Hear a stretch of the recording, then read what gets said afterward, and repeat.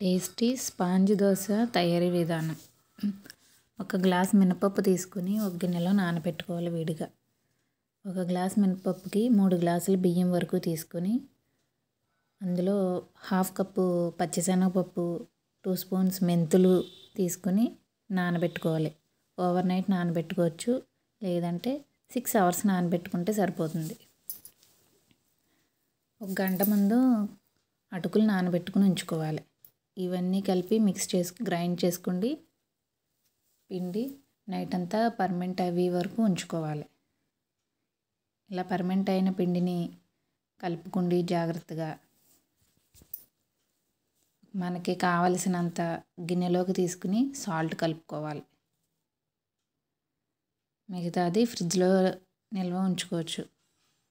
కావలసినంత పిండిని తీసుకుని అందులో కొంచెం ఈనో యాడ్ చేసి, సాల్ట్ యాడ్ చేసి కలుపుకుంటే వాటర్ వెయ్యనవసరం లేదు. మనకి స్పాంజ్ దోశకి రెడీ అవుతుంది పిండి. ఒక గరిటెడు పిండి తీసుకుని ఇలాగా చిల్లులు వచ్చే విధంగా చూసుకోండి. అప్పుడు మూత పెట్టి కొంచెం ఆయిల్ వేసి తీసుకుంటే స్పాంజ్ దోశ రెడీ అవుతుంది. ఇవి చాలా టేస్టీగా ఉంటాయండి. ట్రై చేయండి. ఏదైనా చట్నీతో, కొబ్బరి చట్నీతో తింటే సూపర్గా ఉంటుంది. స్పాంజీగా.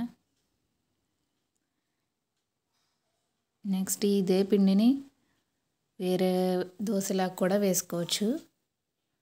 హాఫ్ కప్పు బొంబాయి రవ్వ వేసుకుని, 1 స్పూన్ పంచదార, సరిపడినంత సాల్ట్ వేసుకుని, అవసరమైతే కొంచెం వంట సోడా వేసుకోవచ్చండి.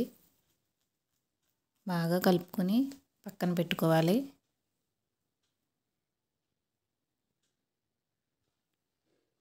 ఈ దోశలోకి ఉల్లికారం రెడీ చేసుకుందామండి. 4 ఉడకబెట్టిన ఎండుమిర్చి, 1 ఉల్లిపాయ తీసుకుని సాల్ట్ వేసి ఇలా మిక్సీ చేసుకుంటే ఉల్లికారం రెడీ అవుతుంది. దోశ ఇలా వేసుకోండి. కొంచెం వేగాక ఉల్లికారం స్ప్రెడ్ చేసి బాగా కాల్చి, మూత పెట్టకూడదండి దోశకి, తీసుకుంటే రెడీ అయిపోతుంది. కారంగా క్రిస్పీగా దోశలు రెడీ అండి. నా వీడియో నచ్చితే లైక్, షేర్ అండ్ సబ్స్క్రైబ్.